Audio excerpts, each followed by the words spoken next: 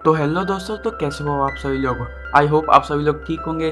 तो आज मैं जेम्स बॉन्ड की 15th मूवी एक्सप्लेन करूंगा जिसका नाम है द लिविंग डे लाइट्स। इस मूवी में हमें नए जेम्स बॉन्ड मिले और इससे पहले जेम्स बॉन्ड का role Sean Connery, George Lazenby, Roger Moore और अब टिमोथी डाल्टन किए। इस मूवी में हमें मिस मनी पेनी के रोल में कैरोलिन ब्लिस दिखी थी। द लिविंग डे लाइट से भी पहले टिमोथी डाल्टन को 5 बार जेम्स बॉन्ड की मूवी के लिए ऑफर किया गया था। पहले 60s के स्टार्ट में, लेकिन तब वो बहुत ही यंग थे, और फिर उसके बाद उन्हें 80s के बीच में भी ऑफर दिया गया, मगर टिमोथी डाल्टन ने कुछ कमेंट्स की थी जिन्हें उन्हें पूरा करना था, जिसकी वजह से वो नहीं कर पाए। ये मूवी आखिरी बार इलेन फ्लेमिंग की नोवेल की टाइटल पे बेस्ड है, जब तक 20 साल बाद कैसीनो रॉयल 2006 में रिलीज नहीं हुई। तो चलिए अब बिना किसी और देर के वीडियो स्टार्ट करते हैं।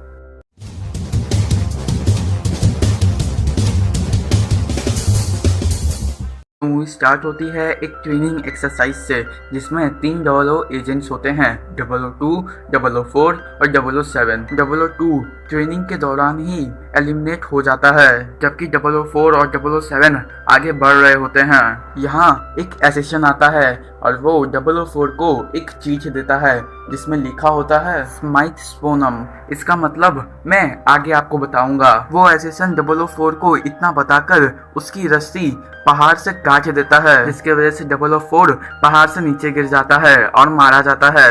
007 यानी जेम्स बॉन्ड ने ये सब देख लिया होता है, और जब वो एसेशन वहां से कार लेकर भाग रहा होता है, तब जेम्स बॉन्ड उसकी कार के ऊपर चढ़ जाते हैं। एसेशन के कार में ढेर सारे बॉम्ब्स भी होते हैं जिसमें आग लग जाती है। जेम्स बॉन्ड एसेशन की कार को रोकने की कोशिश करते हैं, मगर पतली रोड की रेलिंग से टकराकर कार समुंदर में गिरने लगती है, लेकिन जेम्स बॉन्ड अपने पैराशूट की मदद से बच जाते हैं और इसमें वो एसेशन मारा जाता है।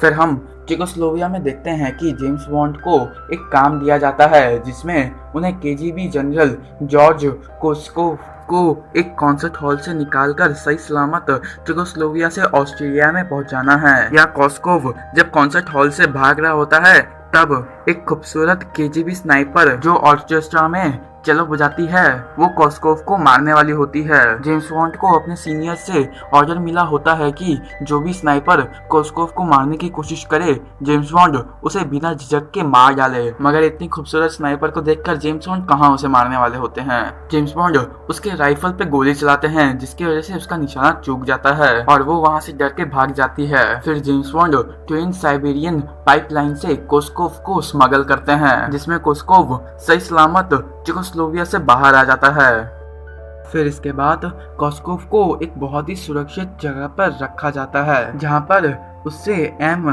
चीफ स्टाफ और जेम्स बॉन्ड बात करने आते हैं। कोस्कोव उन तीनों को बताता है कि केजीबी का हेड अब जनरल गोगल नहीं, बल्कि जनरल लियोनेड पुश्किन है। पुश्किन ने केजीबी के पुराने पॉलिसी स्माइथ स्पोनम, जिसका मतलब होता है डेथ ऑफ स्पाइस, यानी जासूसों की मौत, उसे फिर शुरू कर दिया है। फिर इसके बाद कोस्कोव को एक आदमी सुरक्षित किडनैप करके हेलीकॉप्टर में लेकर चला जाता है। सबको लगता है कि केजीबी के एजेंट्स ने ये सब किया है और वो लोग कोस्कोव को मॉस्को ले गए होंगे।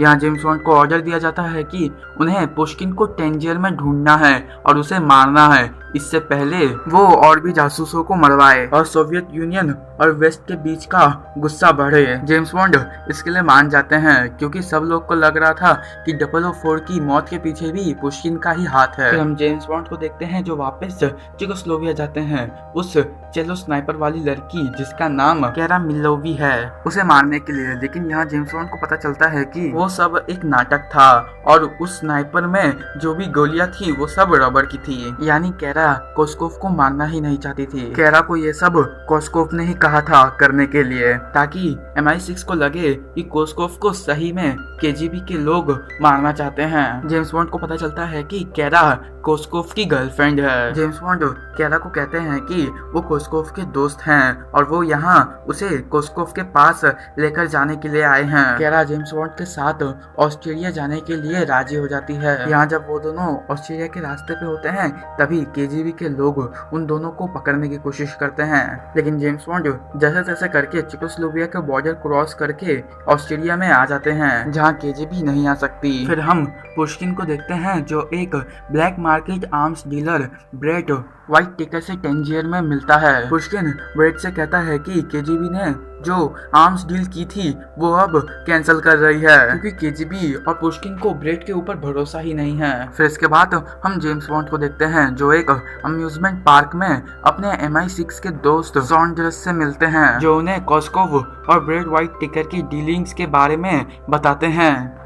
यहाँ जब सॉन्डर्स जेम्स बॉन्ड को ये सब बताकर जा रहे होते हैं तभी सॉन्डर्स को कोस्कोव का वफादार आदमी नेक्रोस मार डालता है और एक चीट छोड़ जाता है जिसमें स्माइट्स पोनम लिखा होता है, यानी कि एक और जासूस की मौत हो गई।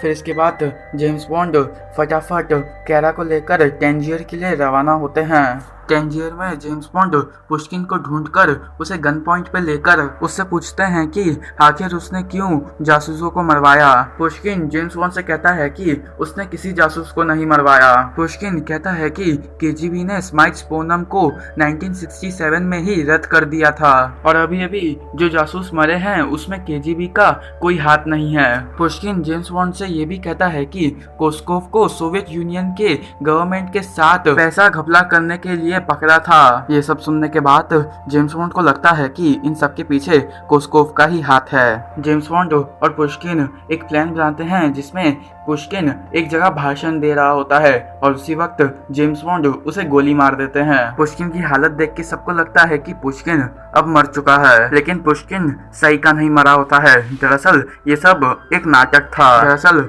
उस वक्त पुष्किन को मारने के लिए नेक्रोस आया होता है और जब तक नेक्रोस पुष्किन को मारता उससे पहले ही जेम्स बॉन्ड गोली चला देते हैं। यहाँ जेम्स बॉन्ड पुलिस से बचकर फिलिक्स लाइटर के पास जाते हैं जो पुष्किन पर टेंजियर से नजर रख रहा होता है। इसी दौरान कैरा ब्रेट के घर पे फोन करके कोस्कोव से बात करती है। कोस्कोव कैरा को ये कह के भड़काता है कि जेम्स बॉन्ड असलियत में एक केजीबी एजेंट है जो उसे मारने वाले हैं। कोस्कोव कैरा को कहता है कि वो उसकी मदद करे जेम्स बॉन्ड को पकड़ने में। कैरा बहुत डर जाती है और वो जेम्स बॉन्ड को उनके ड्रिंक में नींद की दवाई डाल के दे देती है जिसे पीकर जेम्स बॉन्ड बेहोश हो जाते हैं। कैरा को बाद में पता चलता है कि कोस्कोव ने उसे बुद्धू बनाया है और उसे वो अपने फायदे के लिए इस्तेमाल कर रहा था। फिर इसके बाद कोस्कोव जेम्स बॉन्ड और कैरा को सोवियत एयरबेस जो अफगानिस्तान में सोवियट्स ने कब्जा करके रखा था वहां ले जाता है।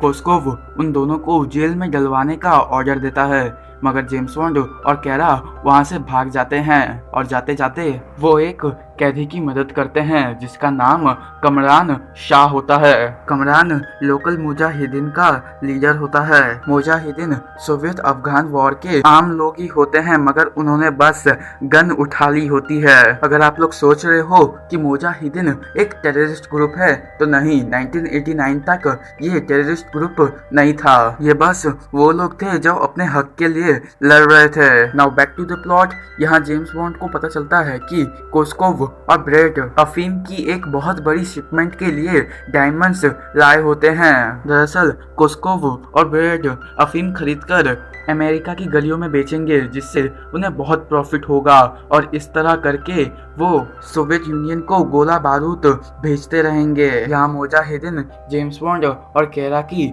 मदद करते हैं उस एयरबेस पर घुसपैठ करने के लिए।